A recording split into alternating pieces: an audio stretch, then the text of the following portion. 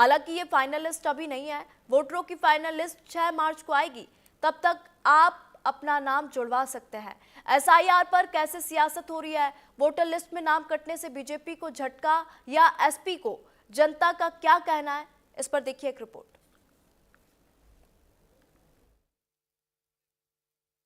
SIR draft list बनकर तैयार हो चुकी है। मैं इस समय मौजूद हूँ गाजियाबाद के केला भट्टा पे, जहाँ मुस्लिम बाहुल्य एरिया कहा जाता है। और मेरे साथ यहाँ के पार्षद है जाकिर सैफी। सर, एसआईआर की ड्राफ्ट लिस्ट जारी हो चुकी है, उसको लेकर आप क्या कहेंगे?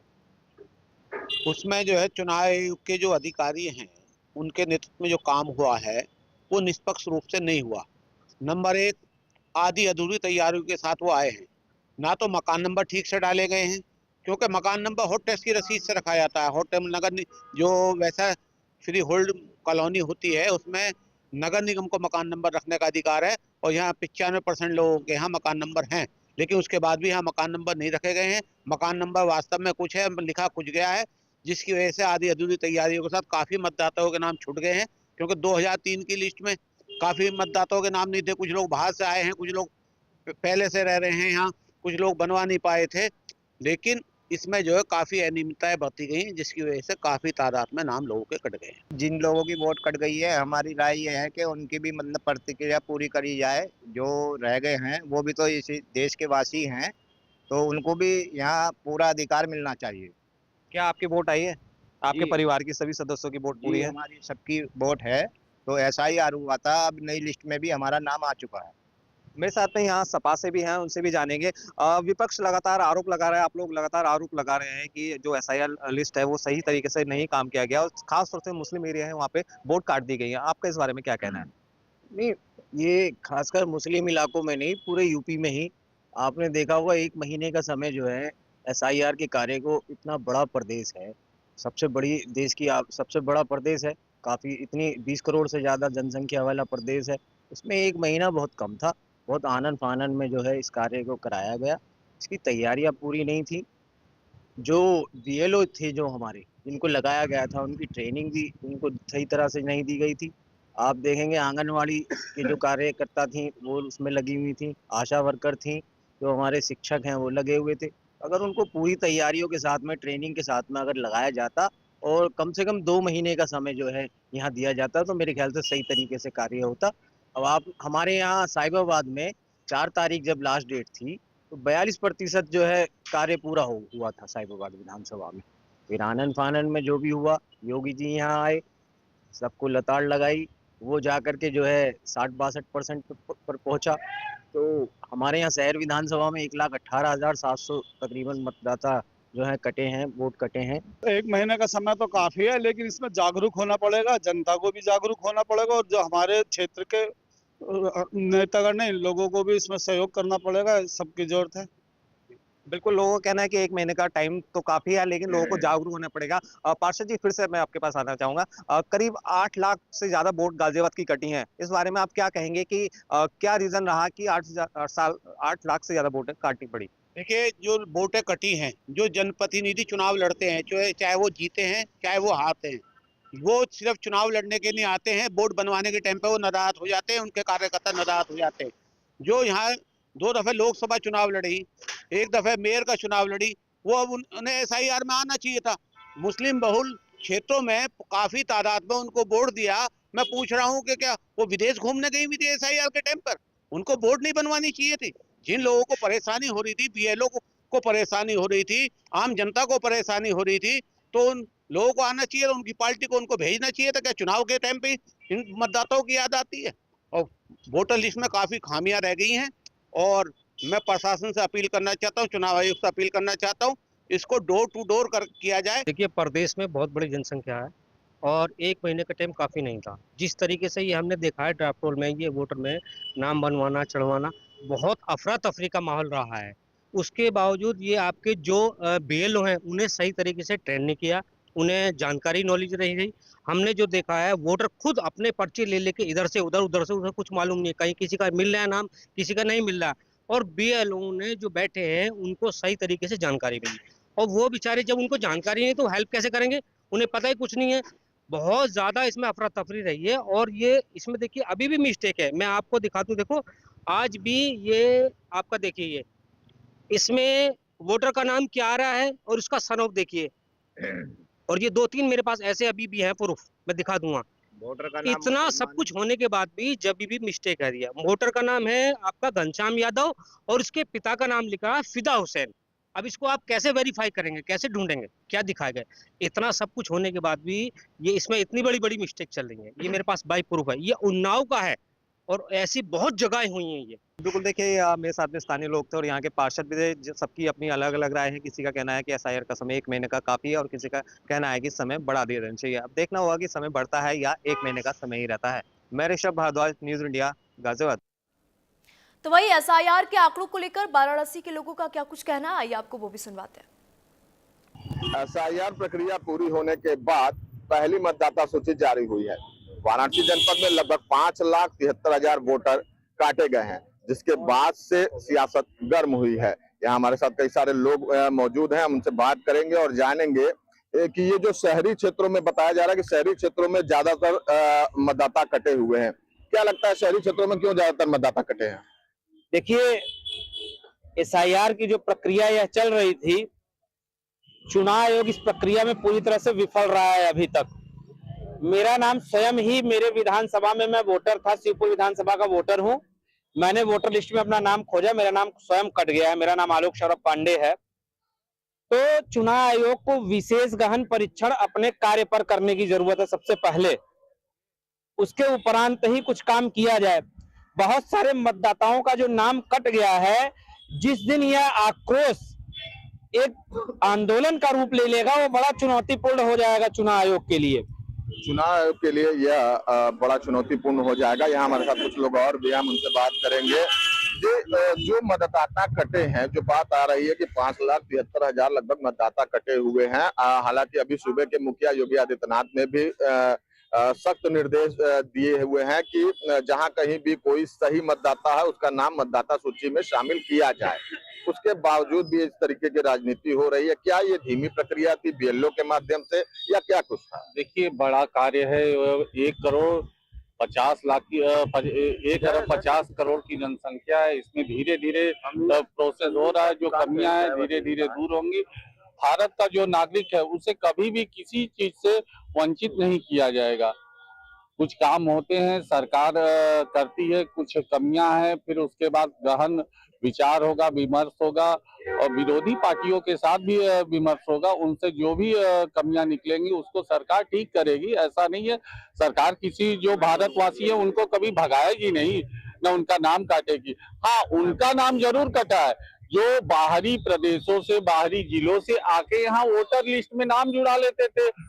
सभासदी में, विधानसभा में, यहाँ भी वोट देते थे, यहाँ भी राशन उठाते थे और अपने गांव के भी राशन उठाते थे। वहाँ भी मुखिया प्रधानी के चुनाव में भाग लेते थे। इसका साफ तौर पर मतलब ये निकलता है कि इसके पूर्व में जो भी चुनाव होते रहे उसमें फर्जी वोटर वोट करने का काम करते थे। तो कहीं ना कहीं ये सत्ता पक्ष के ऊपर भी तो एक सवालिया निशान खड़ा करता है, क्योंकि इसके पहले चंद्रकांत जी लगभग 11 साल हो गए सत्ता में बीजेपी को आए, ठीक है, और आज जाकर के ये चीजें सामने निकल करके आ रही है। तो कहीं ना कहीं ये जो फर्जी वोटर थे ये तो फिर और भी चुनाव में वोट करने का काम करते थे। इस देश का दुर्भाग्य रहा कि जब से भारत आजाद हुआ, यहाँ पे तीनों शिक्षा मंत्री, लगातार 3 शिक्षा मंत्री मुस्लिम हुए। उन्होंने मुसलमानों को हमेशा बढ़ चढ़ के वीर दिखाया और हमारे जो भी हिंदू राजा थे उनको भगोड़ा या उनको दुर्बल दिखाया। ये सबसे बड़ा कारण है। इसमें ये विषय से मामला चला गया है। हम विषय पे बात कर रहे हैं। हमारा विषय ये है कि जो वोटर कटे हैं, क्या यह फर्जी वोटर थे या पहले के चुनाव में ये सारे लोग ही वोट करते थे? तो इस तरीके से किसको आखिर लाभ पहुंचता था? देखिए, अभी हमारे बड़े भाई साहब भारतीय जनता पार्टी के समर्थक हैं। इन्होंने बोला, अपनी बात में एकदम साफ साफ बोला इन्होंने कि सरकार ने जो नाम कटे हैं, सरकार को इन्होंने उससे जोड़ दिया। इलेक्शन कमीशन इक्वल टू सरकार। भारतीय जनता पार्टी सरकार के सापेक्ष चुनाव आयोग चल रहा है। तो सर्वप्रथम तो मैं यह कहना चाहूंगा कि भारतीय जनता पार्टी के लोग यह तय कर रहे हैं कि चुनाव आयोग स्वतंत्र निकाय है या भाजपा बराबर चुनाव आयोग है। अभी अभी इन्होंने अपने स्टेटमेंट में बोला, आप दोबारा सुन लीजिएगा, सरकार नाम काट दी, सरकार नाम जुड़वा देगी, सरकार ने राशन दे दिया। हिंदू मुसलमान का मुद्दा कि 3 शिक्षा मंत्री मुसलमान हुए। आरोप है, बड़ा आरोप है चंद्रकांत जी कि ये सरकार की प्रणाली है या चुनाव आयोग की प्रणाली है। सरकार में हम लोगों ने तो शुरू से रहे नहीं, शुरू से 70 सालों ने बाहरी जो भी गैर सरकार थी, कांग्रेस की सरकार हो, सपा की सरकार हो, वो धीरे धीरे प्रक्रिया अगर कहीं गड़बड़ हुई है तो उसको धीरे धीरे सुधार किया जाएगा। एक ही बार कोई काम नहीं होता, धीरे धीरे प्रक्रिया का सुधार किया जाएगा। क्या ये तो सही बात है, कोई भी काम एक बार नहीं होता। बच्चा पैदा होता है, उसको बड़ा होने में, बालिग होने में, वोट डालने में 18 साल 21 साल लग जाते हैं, चुनाव लड़ने में 25 साल लग जाते हैं। तो कोई काम एक बार में पूर्णतः सही नहीं होगा, उसकी प्रक्रिया होती है, होगा।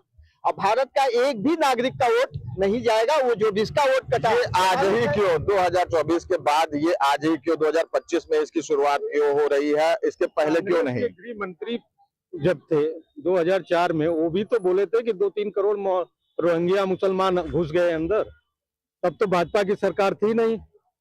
और रही जो आप क्वेश्चन कर रहे हैं कि 5,76,000 वोट बनारस से कट गए हैं, तो जैसे मेरा नाम सतीश पांडे, मैं बनारस में भी है और गांव से भी बिलोंग करता हूं, तो जाहिर सी बात है कि मेरा अगर एक ही जगह वोटर रहेगा ना, तो उसमें न सपा का वोट कटा है न भाजपा का। जो गलत है भाजपा या सरकार या इलेक्शन कमीशन, इसको चुनाव आयोग ने ये भी तो निर्धारित किया था कि बीएलए भी निर्धारित किए थे हर राजनीतिक दल के, तो आप मतलब बीएलए की भी भूमिका इसमें पूरी तरीके से सहभागिता थी, तो क्या बीएलए सही ढंग से काम नहीं किए? पार्टी के कार्यकर्ता तो बीएलओ के साथ में है, क्या बीएलए सही ढंग से काम नहीं किया जिसकी वजह से इतने बड़े संख्या पे लोगों का वोट कटा है? देखिए बीएलओ हमारे जो भी हैं उनके पास जाड़े का मौसम है, सबके पास ऐसा नहीं है। नहीं बीएलओ नहीं, जो राजनीतिक दल के बीएलए भी साथ में काम कर रहे थे उनको भी दिया गया था, उनका भी भागीदारी सुनिश्चित किया गया था कि वो उनके जो वोटर हैं उनको भी वो चेक करें और जाने कि कहीं किसी का नाम न कटने पाए। 70 साल में सभी का अभी तक निर्वाचन आयोग का कार्ड नहीं बन पाया और सोच रहे हैं कि 3 महीने में हम सारा काम कर देंगे,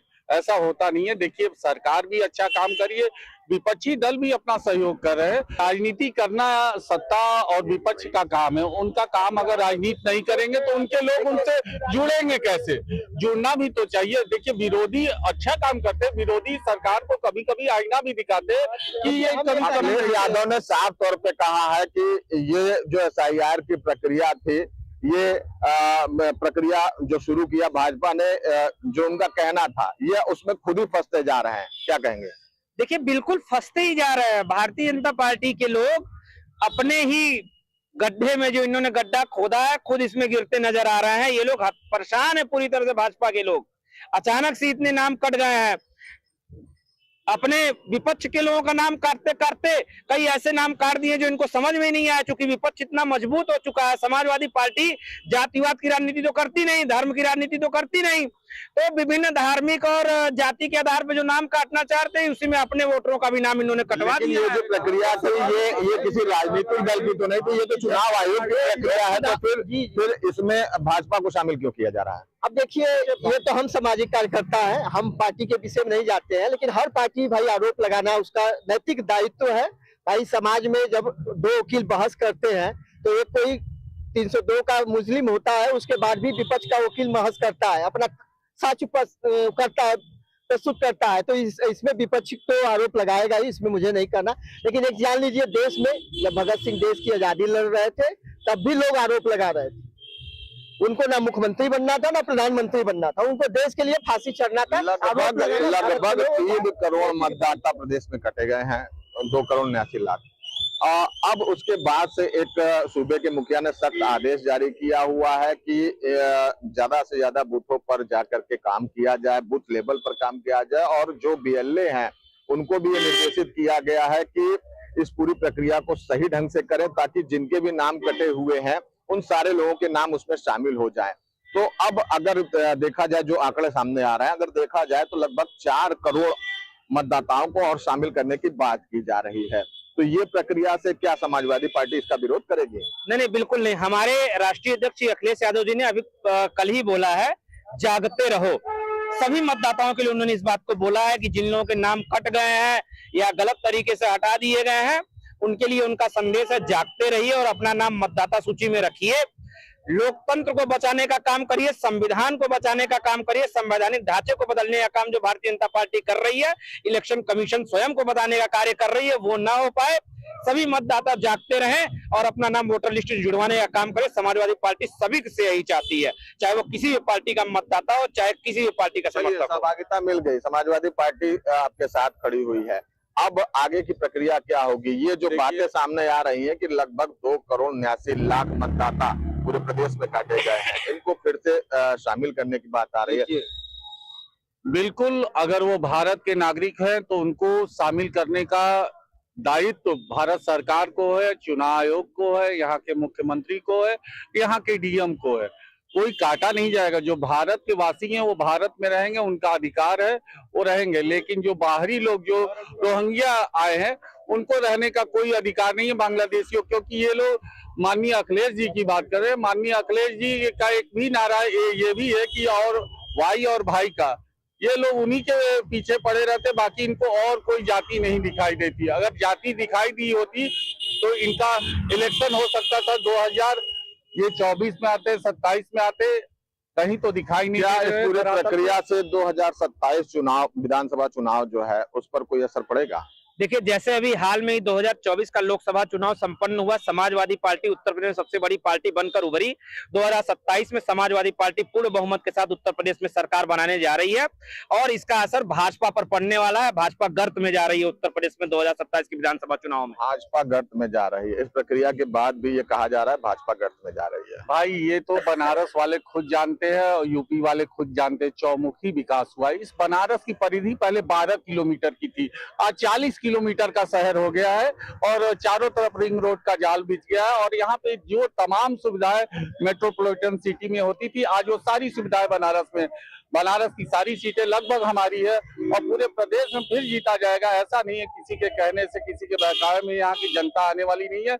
मोदी जी पे अटूट विश्वास है। जो 500 सालों से जो काम दूसरी पार्टियां नहीं कर पाई थी, आज रामलला का दरबार हुआ, चाहे यहाँ पे काशी विश्वनाथ कॉरिडोर हुआ और भविष्य में हम लोग मथुरा की भी बात कर रहे हैं, मथुरा में बनाया जाएगा। ये लोग तो इस प्रक्रिया, हम प्रक्रिया की बात कर रहे हैं, एसआईआर जो प्रक्रिया चल रही है इसको लेकर के जो अभी तक विरोध जताया जा रहा है, अब जो कि समाजवादी पार्टी के मुखिया भी खुद निकल करके सामने आए हैं और इस पर बयान दिए हैं। क्या लगता है कि ये जो प्रक्रिया पूरी हो जाएगी और जो 1 माह का समय दिया गया है, जिन लोगों के नाम कटे हैं वो लोग अपने नाम भी शामिल करवा लें, उसके बाद से क्या दिखाई दे रहा है कि ये पार्टियां ऐसे ही विरोध करती रहेंगी या? विपक्ष का काम ही है विरोध करना। अब बताइए कि जब 11 साल में विकास नहीं दिखाई दे रहा है और अखिलेश जी को हम क्या बताएं कि अब वो तो वोट लेने के लगे में पीडीए में आ गए, पंचांग भी निकाल दिए, चुन्नी भी करवा देते हैं, कैसे कर देते। तो एक भारतीय जनता पार्टी सारे समुदाय, सारे जन समुदाय लोगों का वोट पाती है। चुनाव में बिहार में लोग कह रहे थे कि 22 सीट नहीं पाएगी, अब देखिए क्या हाल हुआ। बांग्लादेश में देखिए कल के फाइलें लेके दीदी भाग रही है, कुदत कहीं फाइल लेके भाग ही नहीं। अब डर किसको है? तो पब्लिक, आप लोग पश्चिम बंगाल में, बांग्लादेश में नहीं, पश्चिम बंगाल है, वो भारत का राज्य है पश्चिम बंगाल। बांग्लादेश नाम मत दीजिए पश्चिम बंगाल को। कम से कम भारतीय जनता पार्टी के लोग यह जान ले कि पश्चिम बंगाल भारत का अटूट राज्य है, बांग्लादेश नहीं है वह। वालिद किसको पड़ेगा ये भविष्य के गर्भ में छिपा हुआ है, लेकिन जो प्रक्रिया है उस प्रक्रिया को पूरा करने के लिए लगभग 1 माह का और समय दिया गया है कि जिन लोगों का मतदाता सूची में नाम कट गया है वो लोग अपने बीएलओ से, बीएलए से संपर्क करें और मतदाता सूची को सही करवाएं। यही उद्देश्य है शासन का, प्रशासन का और आयोग का। वाराणसी से न्यूज इंडिया के लिए श्रीवास्तव।